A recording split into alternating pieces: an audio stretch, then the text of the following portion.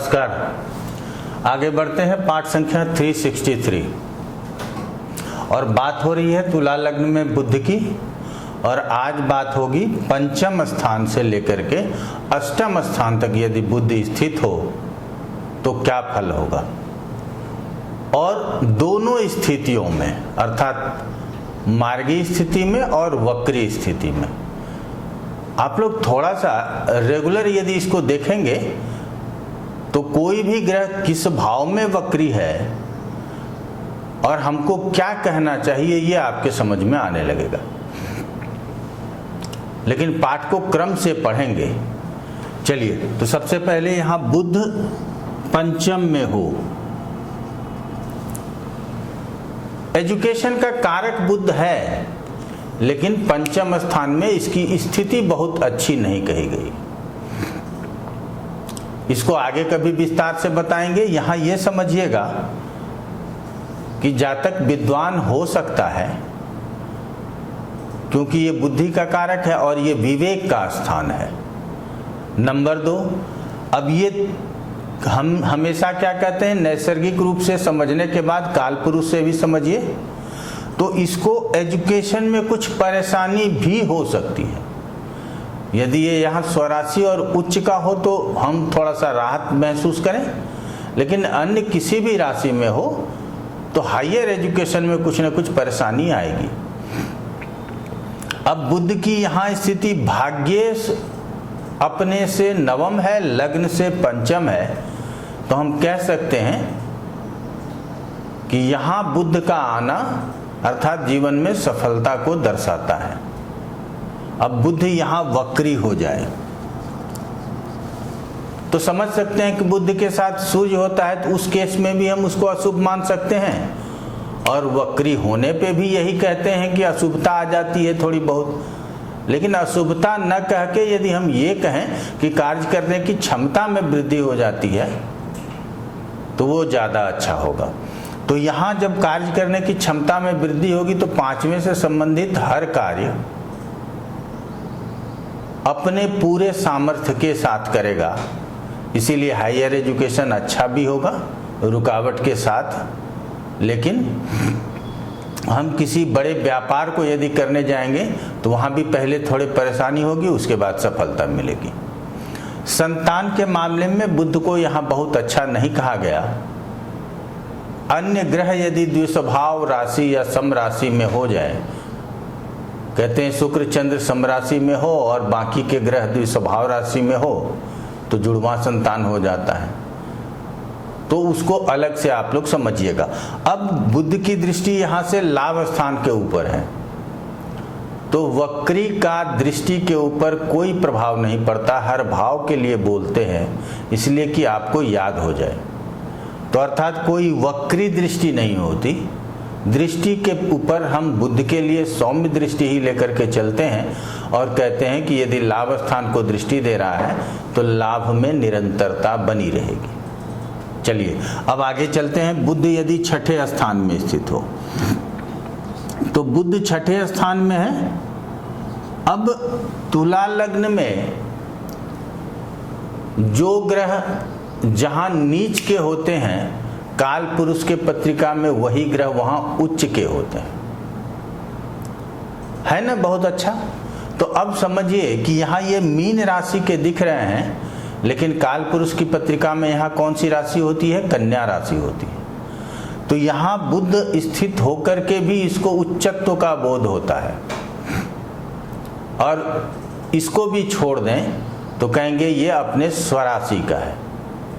तो यहाँ पे जब कोई भी ग्रह स्वराशि का हो तो हम क्या कहते हैं, छठे से संबंधित परिणाम शुभ प्राप्त होते हैं। और जब शुभ परिणामों की बात हो तो यहाँ कहेंगे कि अगर परिश्रम करते हैं, संघर्ष करते हैं, मेहनत करते हैं तो आप सफल होंगे। किसी भी प्रकार की बीमारी है तो ठीक होने की संभावना है।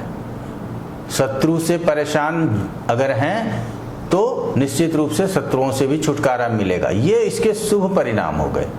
और विपरीत परिणाम क्या हो जाएंगे कि शत्रुओं से छुटकारा नहीं मिलेगा, रोग बढ़ेगा, ऋण बढ़ेगा। अब यहाँ से द्वादश स्थान अपने ही घर को देख रहा है तो ये व्यय का स्थान है, तो व्यय किस प्रकार का होना चाहिए? हम यहाँ कहेंगे कि उस प्रकार का व्यय होना चाहिए जिससे कि किसी को अफसोस नहीं होता, अर्थात अपव्ययी नहीं होंगे, जरूरत के कार्यों में धन खर्च करेंगे।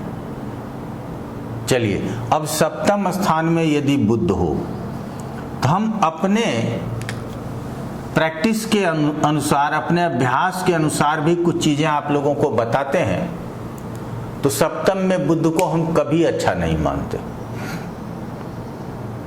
और हमेशा एक चीज इसमें समझ लेना चाहिए कि यदि वो स्वराशि का है तो ऐसा बोलना भी नहीं चाहिए।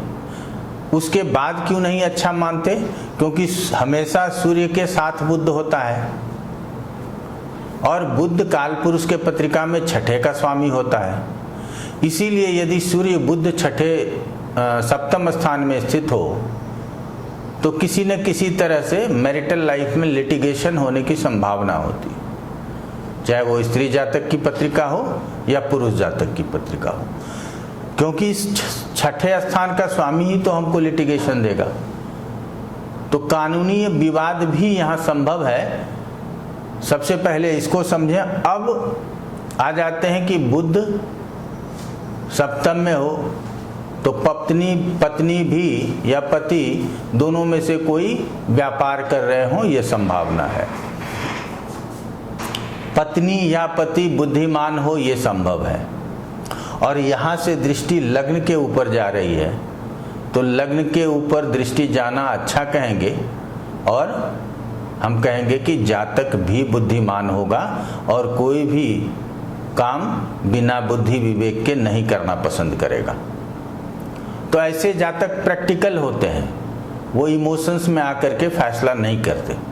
अब यहाँ बुद्धि यदि वक्री हो जाए तो हम हमेशा बताते हैं कि हम मान सकते हैं कि मूल त्रिकोण राशि द्वादश में स्थित है, तो द्वादशेश वक्री होकर के सप्तम में बैठा तो रिजल्ट खराब होगा।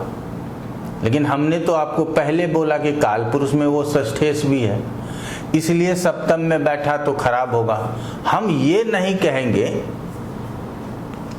कि बुध के लिए मंगल, जैसे कि आजकल वर्तमान समय में आप लोग देखते हैं कि ये अकारक ग्रह है, वो अकारक ग्रह है, ऐसा बोला जाता है कि मंगल के घर में बैठा इसीलिए खराब करेगा। नहीं, कालपुरुष में वो षष्ठेश है, वर्तमान पत्रिका में द्वादश का भी प्रभाव रखता है, इसीलिए ये यदि सप्तम स्थान में वक्री होकर के बैठा है, और यदि मैरिटल लाइफ में अन्य परेशानी भी है तो यहाँ ये वक्री बुध लाभ नहीं करेगा। लेकिन यदि आप व्यापार करते हैं तो उस समय पे आपको इसका लाभ मिलेगा। अर्थात एक ही अंतर्दशा चल रही है जिस समय आपको पत्नी के साथ विवाद भी हो सकता है और व्यापार में लाभ भी हो सकता है। तो समझना अपने तर्कों से है। वक्री ग्रह एक ही घर में बैठ के दो प्रकार के परिणाम दे सकते हैं, किसी परिणाम को अच्छा भी कर सकते हैं और किसी को खराब भी कर सकते हैं। तो इस तरह से हम लोगों को विचार करना चाहिए। अब आगे बढ़ते हैं कि बुध यदि अष्टम स्थान में हो, अष्टम स्थान में किसी भी ग्रह का जाना अच्छा नहीं कहा गया, ये हम हमेशा कहते हैं। और यहाँ कौन अष्टम स्थान में आ गया? भाग्येश। अब समझ सकते हैं, भाग्य से ये 12वां स्थान है, इसीलिए इसको नाश स्थान भी कहते हैं। तो ऐसे स्थिति में बुध का यहाँ आना बहुत अच्छा नहीं है। लेकिन ऐसे स्थिति में बुध की जो दृष्टि है वो धन स्थान के ऊपर है। तो आप एक संपन्न परिवार में जन्म लेंगे, आपके पास पैसा रहेगा, धन आदि की समस्या नहीं होगी, ऐसा भी यहाँ कहा जा सकता है। क्योंकि इसके दृष्टि के परिणाम से हम हमेशा कहते हैं कि हम सौम्य दृष्टि ही मान करके चलते हैं, और वाणी भी बहुत ही लॉजिकल हो जाएगी। अब क्या कहें कि अगर यहाँ बुध वक्री हो जाए तो अष्टम स्थान में कोई भी ग्रह वक्री होगा तो पहले वो फल किसका करेगा? अष्टम का। अष्टम का फल किसको चाहिए? किसी को नहीं चाहिए। इसीलिए जब अष्टम का फल किसी को नहीं चाहिए और वहाँ ये बैठ करके फल करे अष्टम का, कि चोट चपेट, दुर्घटना, नुकसान, अकस्मात कोई भी परेशानी आ जाना, तो ऐसे परेशानी यहाँ यदि बुध वक्री हो जाएगा तो वो बढ़ जाएगा। तो हम लोगों को ना बहुत आसानी से समझना है कि मार्गी स्थिति में क्या होगा और वक्री स्थिति में क्या होगा। अंत में हम यहाँ आपको हमेशा कहते हैं कि सूर्य के कारण ही ग्रह वक्री होते हैं और यहाँ सूर्य के साथ हमेशा बुध का होना, तो आप लोग समझ ही सकते हैं, पिछले पाठ में भी हमने आपको बताया था कि सूर्य से 15 डिग्री आगे होते ही वक्री हो जाएगा, अर्थात एक ही हाउस में रहते हुए भी वक्री हो जाएगा। तो इसीलिए बुध के वक्रत्व का बहुत विशेष ध्यान नहीं रखना है। हाँ, संभव है, आप सूक्ष्मता से अध्ययन कर सकते हैं तो जरूर ध्यान रखिए। तो हम आप लोगों को कहेंगे कि बड़े सरलता से पाठ को पढ़िए, क्रम से पाठ को पढ़िए, छोटा छोटा पाठ देते हैं। और यदि किसी भी तरह का कंसल्टेशन लेना हो तो आप कभी भी संपर्क कर सकते हैं। अगर आपको पढ़ना हो तो हमारा हमेशा जून और जनवरी में बैच स्टार्ट होता है, उसमें आकर के नामांकन कराएं। हमको उम्मीद है कि आपको क्लास में भी बहुत आनंद मिलेगा। आज इतना ही, आप लोगों का बहुत बहुत धन्यवाद।